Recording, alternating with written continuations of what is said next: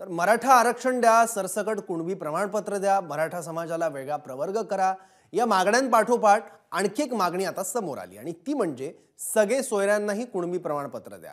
आता जरांगेंनी थेट सोयऱ्यांना आरक्षण देण्याची मागणी केली म्हटल्यावर भुजबळांकडून प्रतिक्रिया येणारच। जरांगेंच्या मागणीवर भुजबळांनी प्रतिक्रिया दिली, पण यावेळी भुजबळांनी तिखट शब्दांऐवजी खोचक टोलेबाजीचं अस्त्र उगारलंय। पाहूयात नव्या मागण्यांसोबत कसा नवा वाद रंगलाय। ज्यावेळेस तिकडची मुलगी इकडं सासरी येते, तिच्या पोराला आरक्षण मिळावं। पत्नीच्या आई वडील आहेत, त्यांना सुद्धा आरक्षण दिलं पाहिजे। देव जरी आडवा आला तरीही मराठ्यांना ओबीसी आरक्षणात जाण्यापासून कोणी रोखू शकत नाही। देव काय देव सुद्धा घाबरणारच ना त्यांना, असं काय करतात। इथे देवाची सुद्धा पर्वा नाही, इथे सरकार काय चीज आहे। जायचं ठरलं काय अडचण आहे, आम्हाला मुंबई बघायचं नाही काय। कोलमडली तर कोलमडली, मुंबई काय चीज आहे। त्यांनी हुकूम सोडलेला आहे ना, प्रश्न मिटला।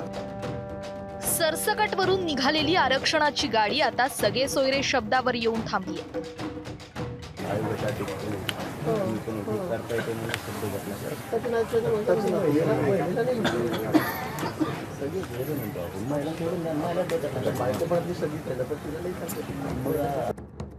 जरांगेंच्या याच मागणीवरून भुजबळांच्या टीकेची गाडी मात्र सुसाट सुटलीये। आईची जात लावा याचा अर्थ जे विदर्भात मराठवाड्याचे नाते आहेत आणि मराठवाड्याचे पश्चिम महाराष्ट्र सुद्धा आहे।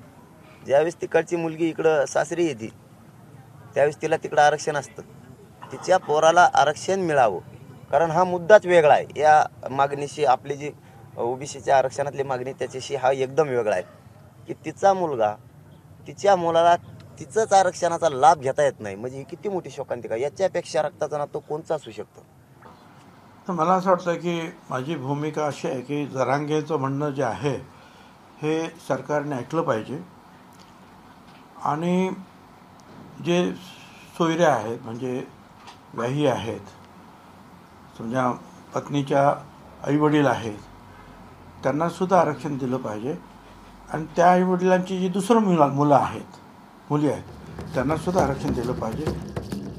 आणि हो, भुजबळ फक्त सगळे सोयरेवरच अडकून पडले नाहीत, तर त्यांनी बऱ्याच गोष्टींवर भाष्य केलं। सारखं मंत्री वगैरे तिकडे जातात, फार अडचणीचं होतं ते काम। त्यामुळे 2-4 बंगले जे आहेत हे मंत्र्यांचे तिथे ताबडतोब उभारले पाहिजे। चीफ सेक्रेटरीचं एक ऑफिस तिथे ताबडतोब जे आहे कार्यरत करा, म्हणजे त्यांनी सांगितलं की ताबडतोब मंत्र्यांनी जे आहे GRवर सही करायची आणि चीफ सेक्रेटरीने ते देऊन टाकायची, ताबडतोब GR इश्यू करायचं ताबडतोब। त्याच्यामुळे काय अडचण काहीच येणार नाही, आपल्याला त्यांचं ऐकायला पाहिजे। त्यामुळे जर तिथेच जर ह्या मंत्र्यांची काही राहण्याची सोय झाली तर जाण्या येण्याचा त्रास वाचेल आणि जर चीफ सेक्रेटरी जर ऑफिस तिथं आपण जर सुरू केलं तर ताबडतोब चीफ सेक्रेटरीसुद्धा त्याला न्याय देऊ शकते। रोज नवीन काही ना काहीतरी त्यांच्या मनामध्ये ज्या कल्पना आहेत, अभिनव कल्पना येतात त्यांच्या मनामध्ये आणि परत सगळे मंत्री तिकडे जाणार। त्यावेळी तिथेच मंत्र्यांची जर राहण्याची सोय करून टाकली आपण आणि तिथेच सेक्रेटरीची सुद्धा राहण्याची सोय केली तर GR ताबडतोब निघत जातील। असं आहे, त्यांच्याही मागण्या फार लॉजिकल आहेत, नियमाला धरून आहेत। सरकारला भेटी झाल्याचं काय कर, सरकारच जे आहे थोडंसं जे आहे नाहीतरी ऐकत नाही, अशा परिस्थिती निर्माण झालेली आहे महाराष्ट्रामध्ये।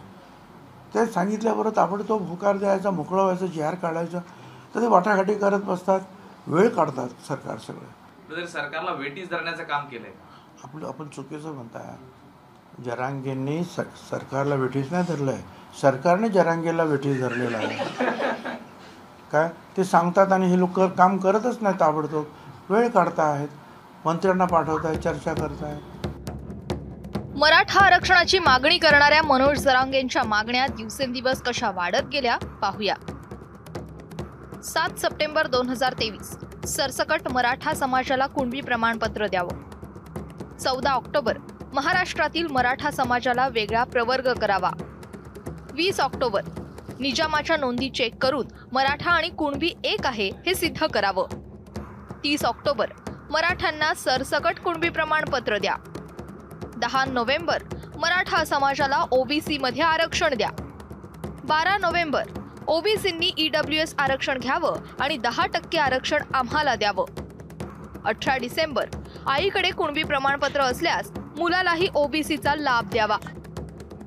जरांगेंच्या याच वाढत्या मागण्यांवरून भुजबळ आणि जरांगेंमधला वादही वाढू लागलाय। एरवी जरांगेंवर आपल्या प्रखर शब्दांनी तुटून पडणाऱ्या भुजबळांनी यावेळी मात्र खोचक टोलेबाजीचं अस्त्र उगारलंय. आता जरांगे याला कसं प्रत्युत्तर देतात याची उत्सुकता आहे. ब्युरो रिपोर्ट, एबीपी माझा. एबीपी माझा, उघडा डोळे बघा नीट.